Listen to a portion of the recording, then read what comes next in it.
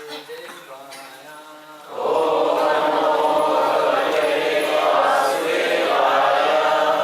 Namo Bhagavate Vasudevaya.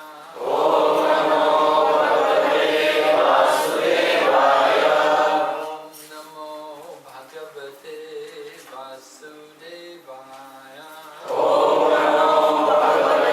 Vasudevaya. Everyone's okay with English here? Yes. So I'm going to read from Srimad Bhagavatam from the first canto, and this is the verse, chapter 4, describing about Sukadeva Goswami. This is text number 4, chapter 4, text 4 of the first canto. Tasya putro mahayogi. Tasya putro mahayogi. Samadrin nirvikalpaka. Samadrin nirvikalpaka. Ekanta matir unnidro. Ekanta matir unnidro. Gudo mudha eveyate. Gudo mudha eveyate. Tasya putro mahayogi. Tasya putro mahayogi. Samadrin nirvikalpaka. Samadrin nirvikalpaka. Ekanta matir unnidro. Ekanta matir unnidro. Gudo mudha eveyate. Gudo mudha eveyate. Tasya putro mahayogi. Tasya putro mahayogi. Samadrin nirvikalpaka. Samadrin nirvikalpaka. Ekanta matir unnidro. Ekanta matir unnidro. Gudo mudha eveyate. Gudo mudha eveyate. Tasya Tasya his putra son Mahayogi, mahayogi. a great devotee, Great devotee. Samadrik, Samadrik. equivalent, Equivalence. Nirvikalpaka, Nirvikalpaka. absolute monist, Absolute monist. Ekantamati, Ekantamati. fixed in monism or oneness of mind, Fixed in monism or oneness of mind. Unnidra, Unnidra. surpassed nations, Surpassed nations. Goda, Buddha. not exposed, Not exposed. Muda, Buddha. stunted, Sacred. Eva, Eva. like, Like. Iyate, Iyate. appears like. Appears like. Translation. He, Vyasadev's son, was a great devotee, an equibalanced monist, whose mind was always concentrated in monism. He was transcendental to mundane activities, but being unexposed, he appeared like an ignorant person. You can repeat. He, Vyasadev's son, Vyasadev's son, was a great devotee, was a great devotee, an equibalanced monist, an equibalanced monist, whose mind was always concentrated whose mind was always concentrated in monism. in monism. He was transcendental He was transcendental to mundane activities, to mundane activities, but being unexposed, but being unexposed, he appeared like an ignorant person. he appeared like an ignorant person. Purport by Srila Prabhupada. Srila Sukadeva Goswami was a liberated soul, and thus he remained always alert, not to be trapped by the illusory energy. In the Bhagavad Gita, this alertness is very lucidly explained. The liberated soul and the conditioned soul have different engagements. The liberated soul is always engaged in the progressive path of spiritual attainment, which is something like a dream for the conditioned soul. The conditioned soul cannot imagine the actual engagements of the liberated soul. While the conditioned soul thus dreams about spiritual engagements, the liberated soul is awake. Similarly, the engagement of a conditioned soul appears to be a dream for the liberated soul. A conditioned soul and a liberated soul may apparently be on the same platform, but factually they are differently engaged, and their attention is always alert, either in sense enjoyment or in self-realization. The conditioned soul is absorbed in matter, whereas the liberated soul is completely indifferent to matter. This indifference is explained in the next verse. Okay? Om Ajnana Timirandasya Jnana Shalakaya Chakshurmilitam Yena Tasmai Shri Gurave Namaha Sri Chaitanya Manobhishtam Sthapitam Yena Bhutale Swayam Rupa Dharamayam Dadati Swapadantikam Vandeham Shri Guru Shri Bhagavatam Shri Guru Vaishnavaksha Shri Rupam Sagrajatam Saranaragunatamritam Tam Sajivam Svadvaitam Savadutam Paritasaivam Krishna Chaitanya Devam Shri Radha Krishna Padam Saranaragunatamritam Shri Vishakhamitam He Krishna Karuna Sindhu Deenabandho Jagatpate Gopesha Gopika Kanta Radha Kanta Namostute Tapta Kanchana Gaurangi Radhe Vrindavaneshwari Vrishabhanusute Devi Pranamami Haripriye Vancha Kalpatarudrasya Kripa Sindhu Devasya Patitanam Pavanebhyo Vaishnavebhyo Namo Namaha Jai Shri Krishna Chaitanya Prabhu Nityananda Shri Advaita Gadadhara Srivasadi Gaura Bhaktavrinda Hare Krishna Krishna Krishna Hare Hare Hare Rama Rama Rama Hare Hare Hare Krishna Krishna Krishna Hare Hare Hare Rama Rama Rama Hare Hare Hare Krishna Krishna Krishna Krishna Hare Hare Hare Rama Rama Hare Hare. So we're hearing about Sukadeva Goswami, the great son of Srila Vyasadeva. Sukadeva Goswami is one of our Mahajanas, one of the authorities in the science of Krishna consciousness. Swayambhur Narada Shambhu Komar Kapilo Pralado Janako Bhishmo Balir Vyasaki Vaya. So Vyasaki means Sukadeva Goswami. He is the son of Vyas, and it's described in this verse that he's a monist whose mind was always concentrated in monism. That is unusual for a devotee. Well, initially Sukadeva Goswami was a monist, but he became a devotee by the blessings of his father, Vyasadeva. He heard the Srimad Bhagavatam, and this brought Sukadeva Goswami to the process of devotional service, brought him out of the attachment to the impersonal, undifferentiated Brahman. Monism is something which is very prominent. It's much easier to be a monist than to be a devotee. Manushyanam sahasreshu kaschid yathati siddhi.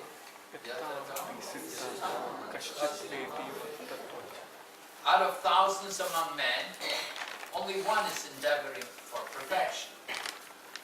That's the monist. One among thousands.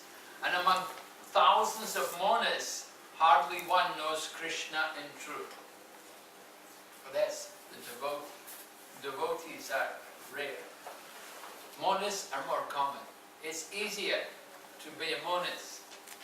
In some ways it's easier to take up the monist path anyway. Not so easy to perfect it. In 13th chapter, Lord Krishna also describes, not easy to perfect. Klesho dikhatara klesha.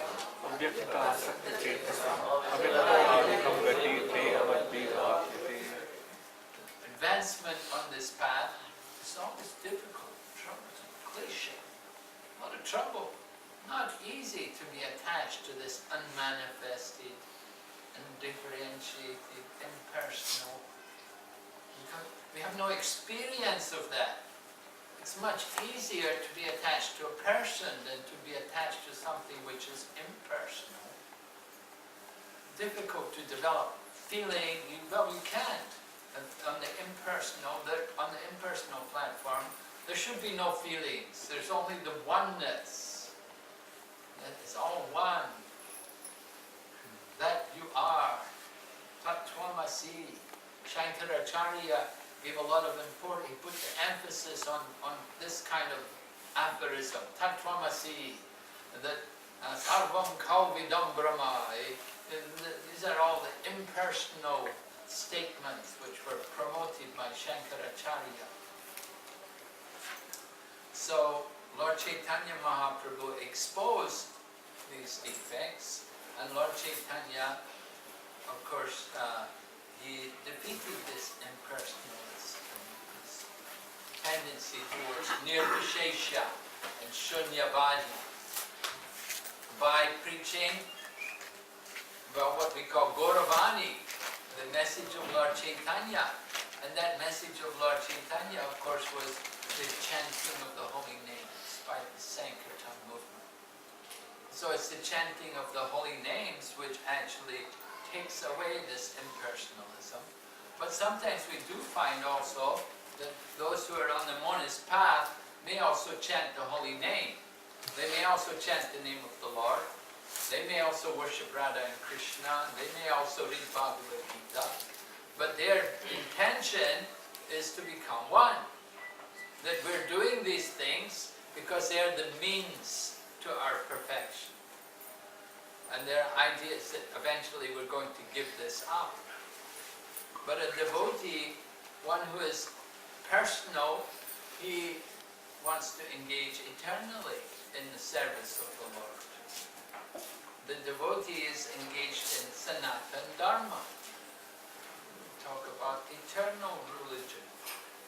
We want to continue to go on and serve Krishna. We serve Krishna here in this world, and when we go to the spiritual world, we will continue to serve there.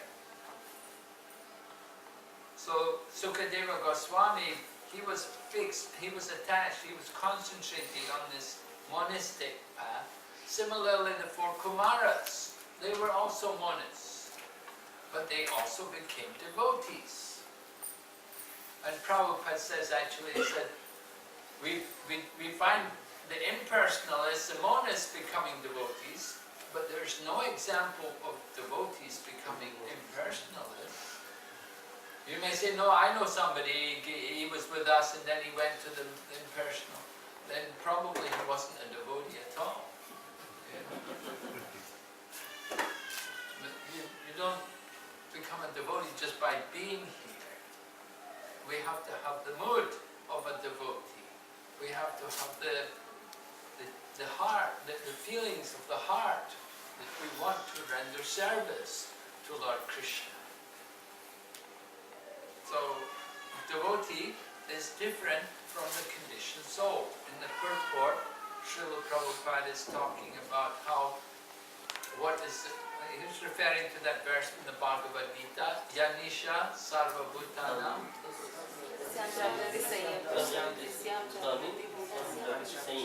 Yeah, what is night for the conditioned souls is a time of awakening for the self-realized souls. And what is night for the introspective sage is the time of awakening for the conditioned souls. Yeah, there's a big difference between the life of the devotee and the life of the conditioned souls. What enlivens a devotee, you know, it may be horrible for the non-devotee, the conditioned souls, you know. As devotees, we are happy the thought of, you know, Mongol Arti, early morning program is very, oh, it must be so nice to go to a Mongol Arti, 4:30 in the morning in the temple and see the deities and sing the glories of the Lord and then chant His holy name and spend the whole morning in spiritual activities. But to materialistic people, it sounds terrible. You know, they're thinking, what? They cannot imagine.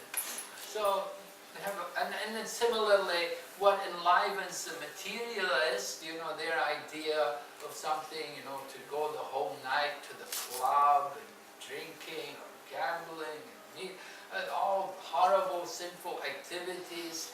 And for a devotee, it's just the most awful, terrible things.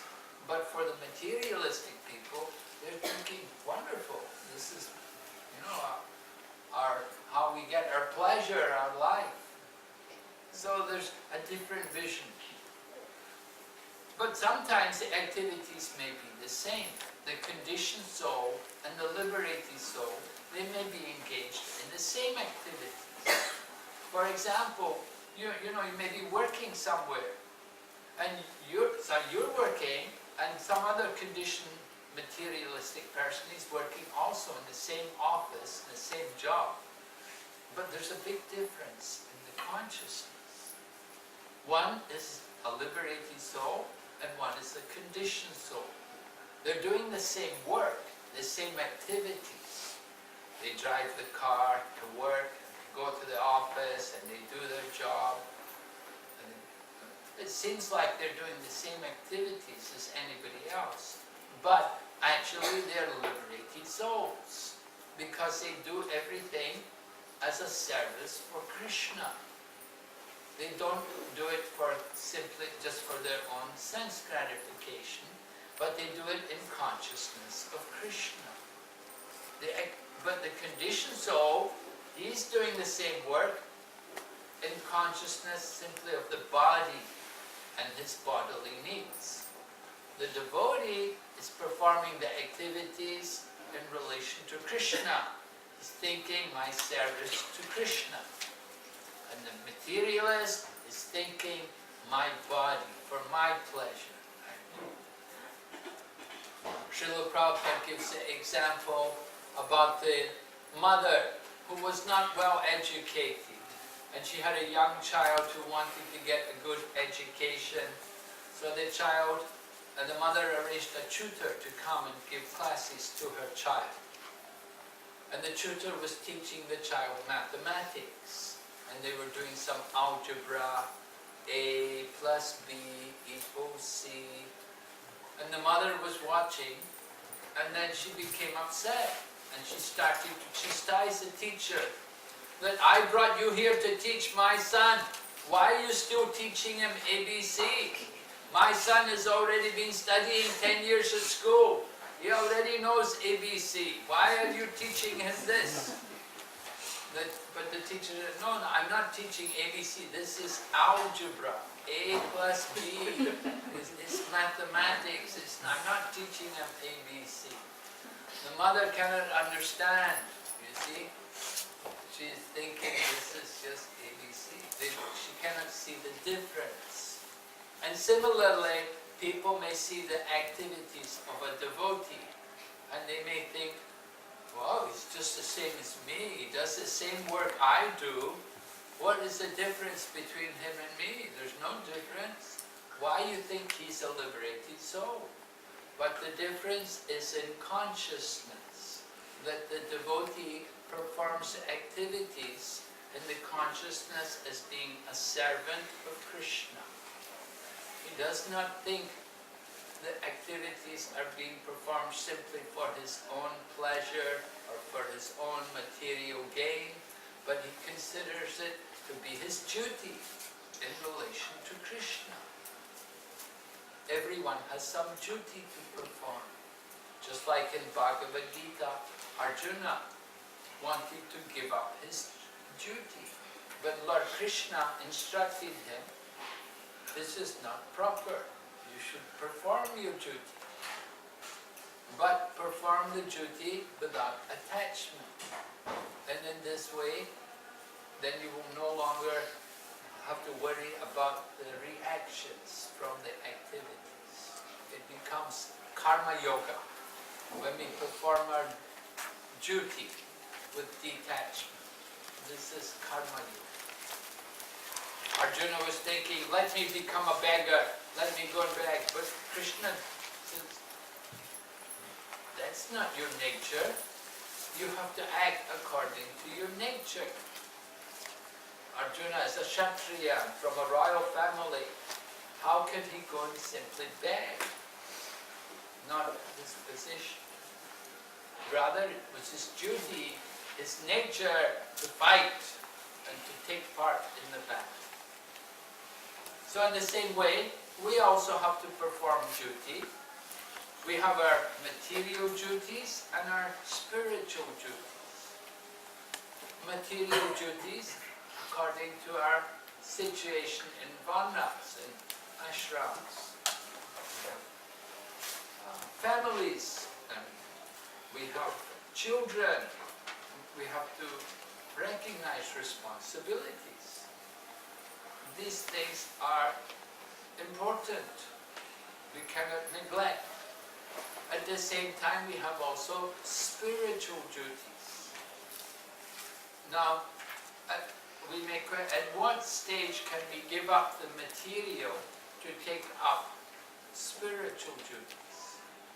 Because Lord Krishna says in the Bhagavad Gita that we should give up all material religion and simply surrender to Him. So at what stage are we qualified to give up all of these material duties? When we are liberated.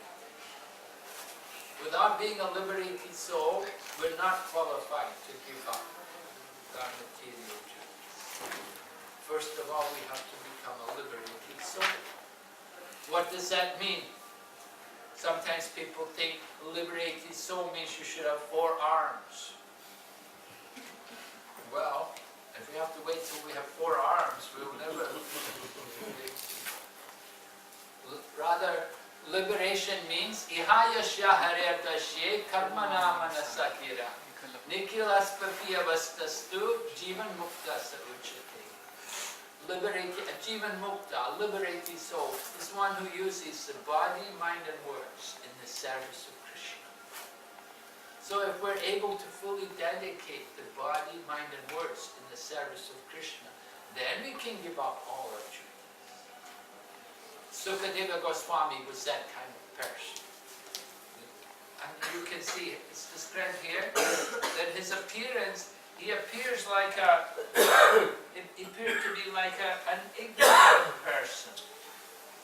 He was appearing at the time of the speaking of the Srimad Bhagavatam, he appeared naked, with hair disheveled, and body was dirty. He appeared almost like a madman. He was actually avadut. It's avadut, just as Rishabdev was avadut. And his Lord Nityananda was avadut. Sukadeva also is avadut. Avadut means he does not belong to any of the ashrams. He was a brahmachari, but he's not considered a brahmachari. He wasn't a grihastha, he wasn't a vanaprastha, he wasn't a sannyasi. He didn't follow varnashram. He didn't follow because he was above all of that. He was fixed on the transcendental platform, as described here. He was always absorbed, concentrated in monism, concentrated in that Brahman, in the Supreme within. So he had nothing to do with the material world. He didn't wait for his father to give him the sacred thread. Immediately he left me. So he was a liberated soul. And that's why when he speaks Srimad Bhagavatam, then it has very powerful effect. Sometimes people say, yeah, I want somebody like Sukadeva Goswami to speak Srimad Bhagavatam. But Sukadeva Goswami, he speaks to people like Maharaj Parikshit. So if you want to hear from somebody like Sukadeva Goswami, you have to become like Maharaj Parikshit. Maharaj Parikshit gave up everything to go and hear Srimad Bhagavatam. He left the home, he took off his royal robes, and he is ready to die. He was very serious. He gave up even eating and sleeping. He did not even drink water for 7 days in preparation for leaving his body. That is the mood we have to actually hear Srimad Bhagavatam. We have to take it very seriously. The Sukadeva Goswami, he is the right person to speak Srimad Bhagavatam because he is deep. He is completely free from all material affinity. He's the liberated soul.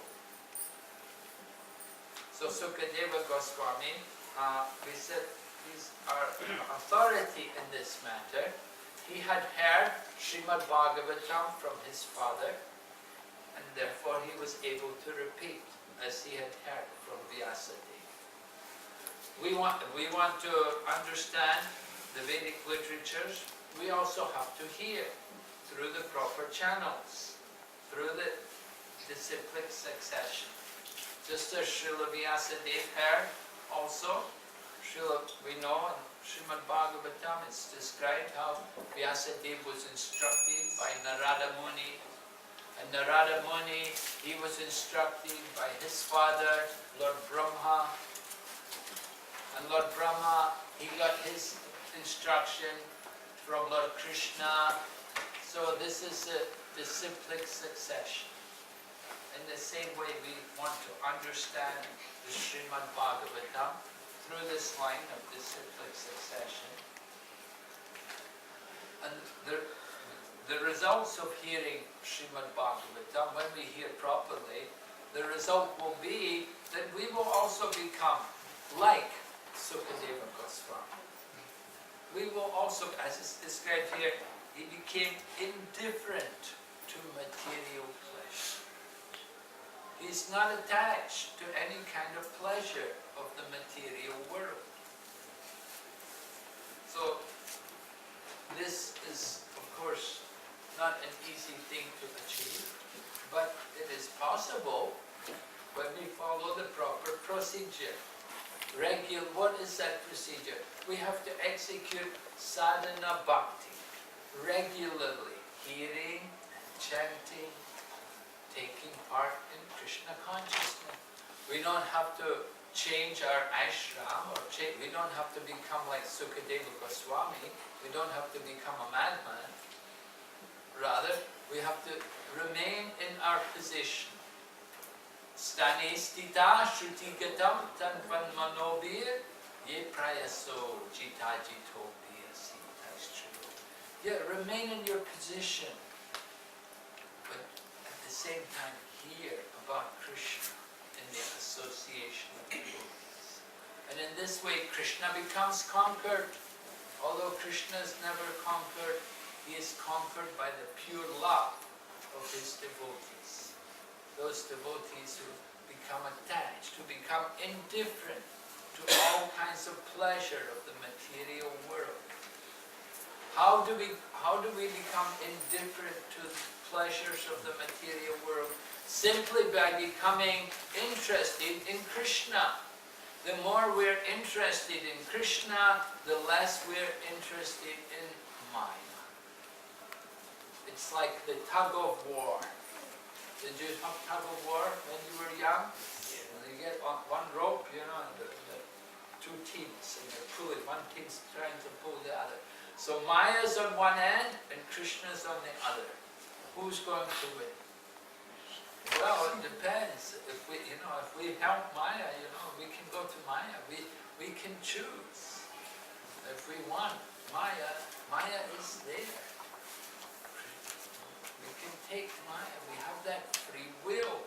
We are the marginal potency of the Lord. Krishna has given us that independence to choose which way we want to go. Just like there's that famous book, Alice in Wonderland. When Alice came into the Wonderland, then she didn't know, so she asked someone, which way do I go from here? She just came in, just entered into the Wonderland, and she asked the person, who was it, the rabbit? Where do I go from here? So he said to her, where do you want to go? And she said, well, I don't really know. So he said, well, it doesn't matter which way you go, does it? If you don't know which way you want to go, it doesn't really matter which, but it does matter to us. We should know it does matter. But we have to know which way we want to go. If we go to Maya, you enter into the kingdom of Maya, then we're entering into the wheel, again entering into samsara, birth and death, and all the miseries of material life. It's not a happy place. There are many troubles in the kingdom of Maya. But if we take shelter of Krishna, then Krishna, we can go back to our eternal home. Krishna is waiting for us to return there. He wants to bring us home. But we have to be ready, we have to be convinced that we really want to go. Sometimes Prabhupada said one of the most difficult, or the biggest problem which his disciples had, was that they were not afraid enough of Maya. We were not afraid of Maya. That is dangerous. Just like children, if they want to play with fire, or they want to play with electricity, it's very dangerous. And similarly, if we play with Maya, if we're not afraid of Maya, then that's very dangerous for us. And then we will see just how powerful Maya is, and how she binds, and how quickly she can bewilder us. Lord Shiva wanted to understand how great is Maya. What is the potency of Maya? And at that time, the beautiful woman appeared in front of Lord Shiva. And Lord Shiva became infatuated. He had never seen such beauty. And he began chasing after this woman. It was, of course, Mohini Murti. But Lord Shiva was racing. Even though his wife was there, he was infatuated by this woman. And this woman ran in different places where great sages and yogis were meditating, and they could all see Lord Shiva, how he was lusting after this beautiful woman. So in this way the Lord taught Lord Shiva the greatest lesson. How powerful is Maya, the force of illusion. That every one of us are liable to this illusion. Even great personalities like Lord Shiva, who was actually Dhira, who was such a great soul that he could be undisturbed in many difficult situations. But even he became overwhelmed when the Lord appeared in that form, this Mohini. So we have to develop this fear of Maya. Maya meaning everything which is not in relation to Krishna. Whatever is not connected, what does not allow us to cultivate our Krishna consciousness, then we should immediately want to go away from that place. Give up that. At the same time, we do want to use everything in Krishna's service. We do like to recognize that everything has some utility in the service of Krishna. Rupa Goswami tells us, Nirbandha Krishna Sambandhe Yukta Vairagya Uchyate. Actual renunciation is to utilize everything in the service of Krishna. We don't want to just simply give up the material world. Rather, we want to use the material world in Krishna's service. Just like when there is food, if you are hungry, then immediately you want to put the food in your mouth. In the same way, a devotee, he wants to use everything for Krishna. When he sees a nice person, he thinks, oh, this man or this woman, they're very talented, they're very cultured, they're very good people. You think, if only I can make them a devotee, somehow I can bring them to Krishna consciousness. This is the thinking of a devotee.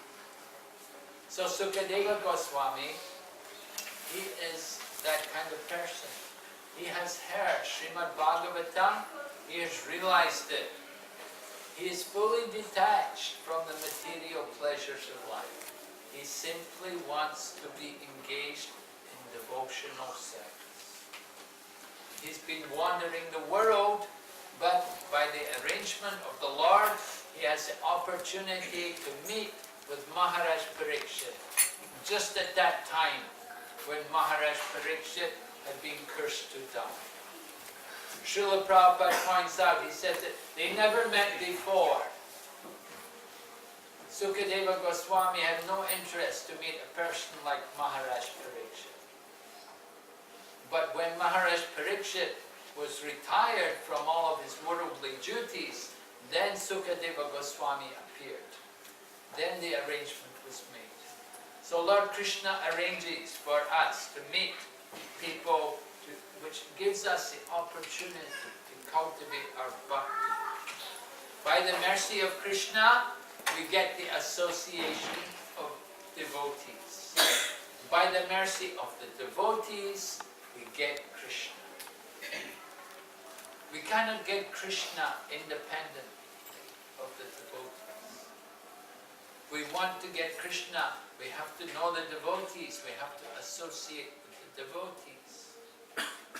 Krishna tells Uddhava, what if someone says he's my devotee, he is not really my devotee. But if he is a devotee of my devotee, then he is my devotee.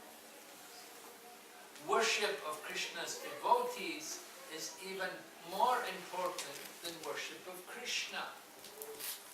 We not only worship Krishna, we must also worship Krishna's devotees.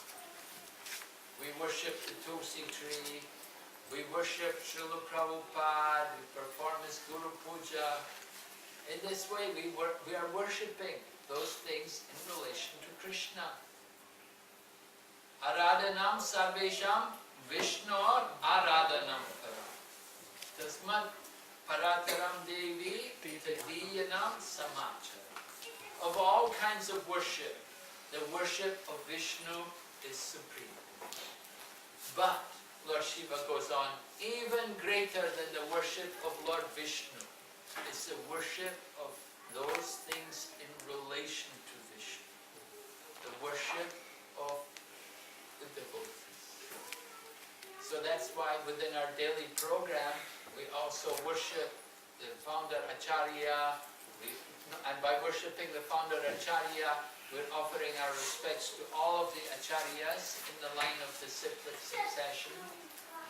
And of course we also worship Tulsi Mataji, the pure devotee, in the form of Tulsi tree. So these are important points to understand. We see Lord Krishna himself teaching his example, by example, that whenever a Brahmin would come to Dwarka, he would worship them. When Sudama came, Lord Krishna sat Sudama down and worshipped him and fed him and pleased him. When Rukmini sent a Brahmana with a message asking Krishna to come and save her, Krishna received that Brahmana so nicely. He fed him, he sat him down, he massaged his feet, he spoke nice words to him. So Lord Krishna was performing these activities simply for our benefit. Lord Krishna is the Supreme Lord. He doesn't have to worship anyone, but he was doing it for the sake of teaching us by his own example. We have to learn from Krishna. We learn from, it's not that Krishna says one thing and he does another, but Krishna himself is teaching by his example. Okay, so we will stop now. We will ask if there are any questions or comments. We can talk some more. If any of you would like to ask some question or comment on what we've been speaking about or some other matter, please. Okay, thank you.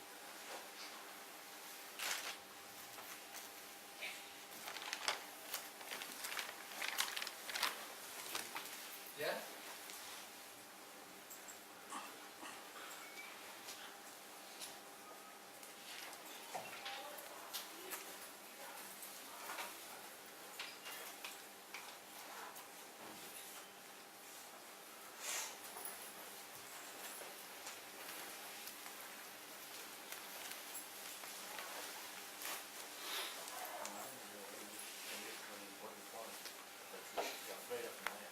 Yes. But unless we know that we are in Maya, then we will be afraid.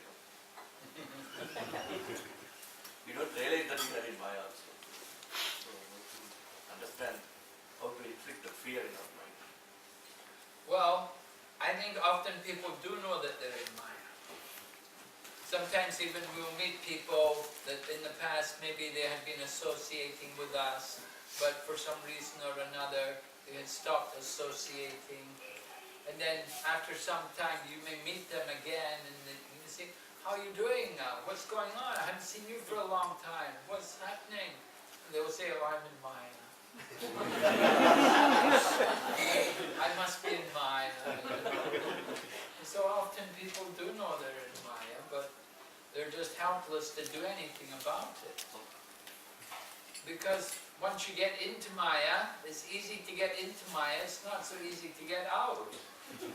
It's the nature of Maya, that she binds.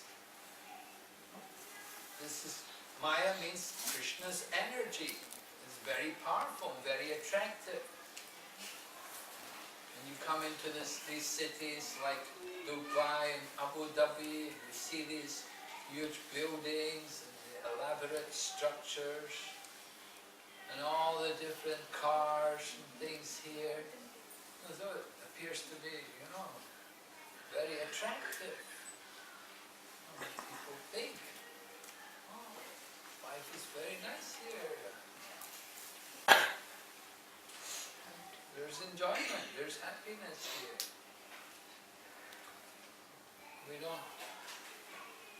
We can't always appreciate the temporary nature of the material world.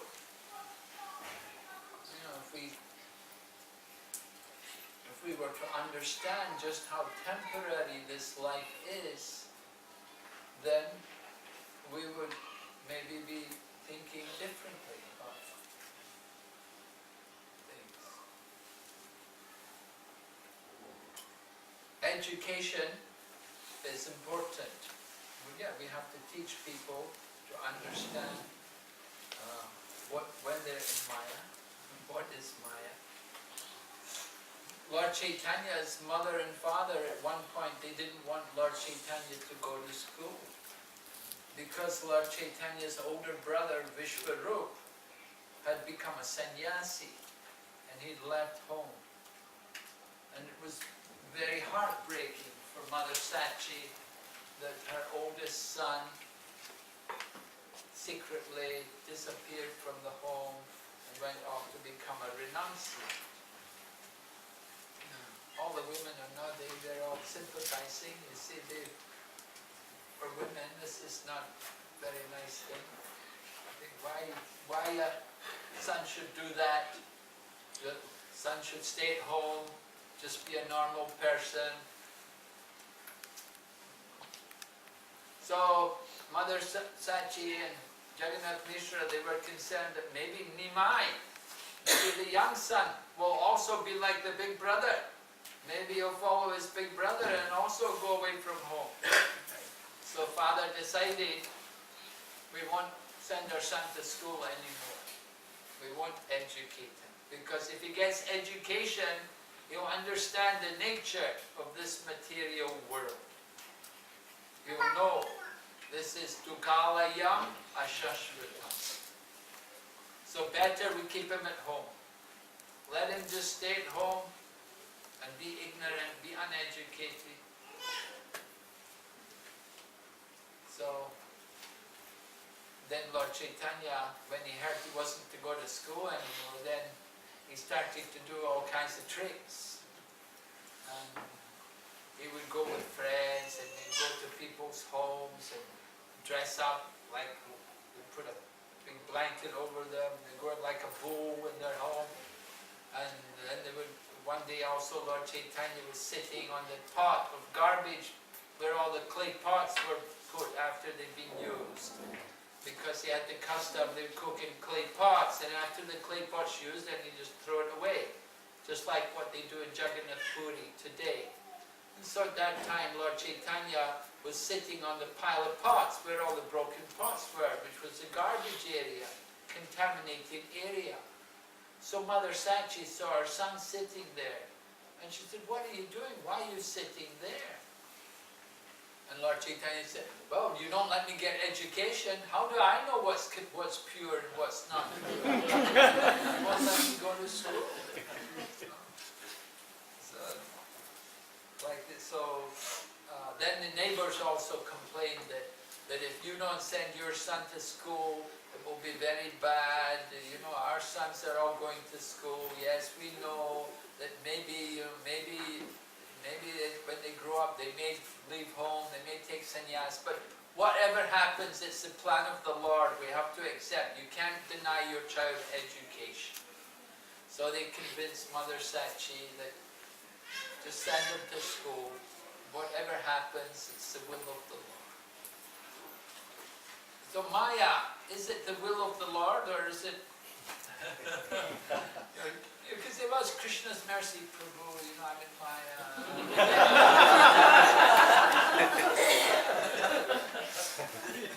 Maharaj, I have a question also, since we are talking about Maya. Actually, I'm a new devotee. Yeah. I'm I've been advised to do rounds every day, so I'm trying my best to do it. But every time I do, I get very distracted. I start thinking about things over the day, and I don't know what all things. I mean, maybe whatever I did 15 years back also, it comes to my mind automatically. So is there any way that I could really concentrate on chanting? Yes.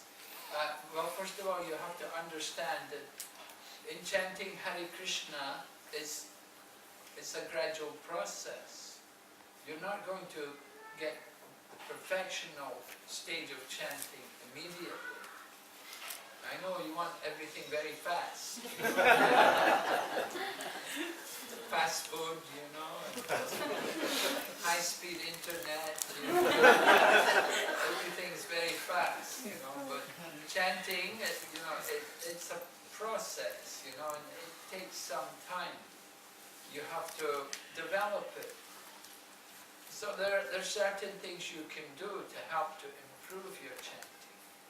One is more chanting. The more you chant, then the more you will see the effects of the chanting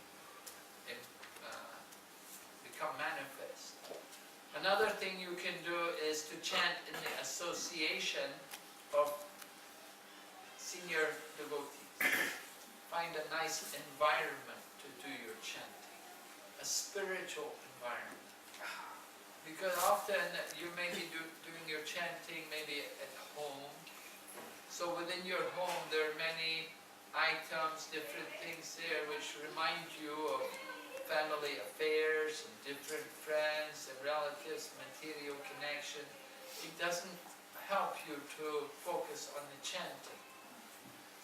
However, if you have a nice temple room in your home, or you have a particular place, that may help. You may find better there. Bhaktivinoda Thakur himself, he recommends even you can take a blanket and put it over your head. Sit under the blanket. But still the mind is there, and within your mind you can still contemplate so many things. So also it's important to try to utilize do your chanting at the best time, the most auspicious time of the day, which is early morning. There's a period in the day called Brahma Muhurta, which means 1.5 hours before sunrise. And in all the religious traditions of the world, they take advantage of that time to pray and for their spiritual progress.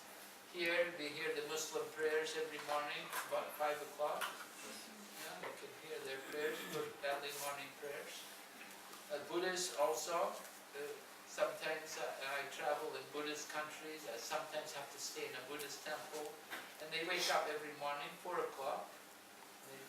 There's a gong, they beat the gong, all the monks immediately get up. Similarly, within our temples, we have our morning program. So that time of the day, in the morning, early morning, the mind is more able to concentrate and focus. But we also have to cultivate some determination to control the mind. That when the mind does wander to something, you have to bring it back. You know, we have to be conscious where our mind is going. And when you see the mind starting to wander, you start to contemplate something which is nothing to do with Krishna, you should immediately bring the mind back and focus it on the chanting. So loud chanting is recommended. Will help you to concentrate more. And sometimes people ask, what to do with the mind? Prabhupada said, it's nothing to do with the mind. You use the tongue to chant and the ear to hear. You don't need to use it. When you use your tongue and your ear properly, we should be concentrating so much on chanting properly and hearing properly that we don't have time to think anything else. You don't have time for any other thing. When we do the chanting correctly, when we use our tongue and ear properly, we haven't time to think about the mind, to think about other things. But when we're not doing these things properly, then that's when the mind becomes drawn to these other things, these thoughts. And then you have to kick them out. Now I'm doing my japa now. You have to talk to your mind. You say, listen mind, do what I tell you. I'm doing my japa now. I don't have time to think about these other things. Try switching off your mobile phone also. When you do your japa, you don't want to have mobile calls in the middle of your japa. You don't want to get disturbed. If you have children, you want to do your chanting when the children are asleep or when they've gone to school. You can't sit and chant when the children are around. That won't be very good. You'll find it very difficult. Because you have to take care of your child. And you have to take care of your husband also. You can't think, oh, I'm going to do my japa now. And your husband comes home from work and he's working all day. And you tell him, I'm doing my japa, don't speak to me. Your husband won't like that. So you have to cultivate the right mode, the right habits in chanting.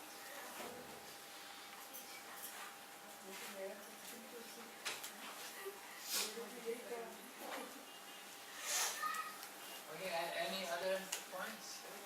Is everybody's mind the same? Does it take the same effort for everyone to control the mind and not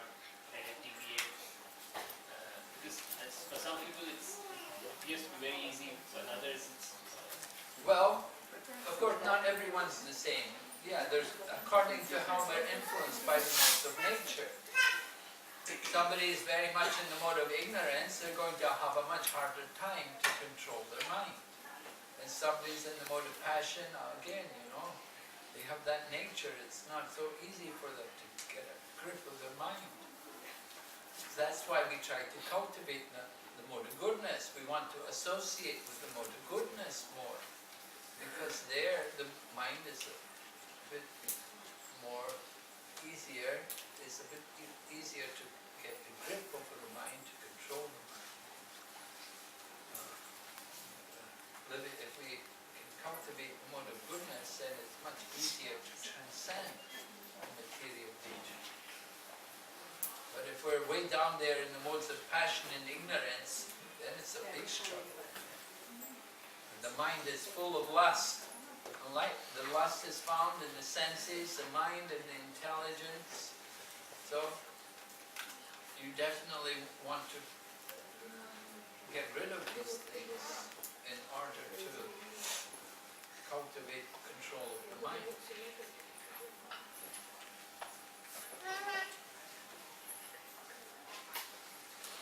So, dealing with the mind, we have to know the mind can be the greatest enemy. For one who has conquered the mind is the best of friends. One who has failed to do so, his mind is the greatest enemy. We can elevate ourselves by the mind, we can degrade ourselves by the mind. It's all how do we control the mind? Intelligence is there to control the mind. But intelligence can also become polluted. Krishna said lust is in the senses, the mind, and in the intelligence. So our intelligence can also be polluted by lust. How to overcome this? We have to take the shelter, we have to take help from the Super Soul, the Lord in the heart, and from the Vaishnavas, the devotees of the Lord. They can help us.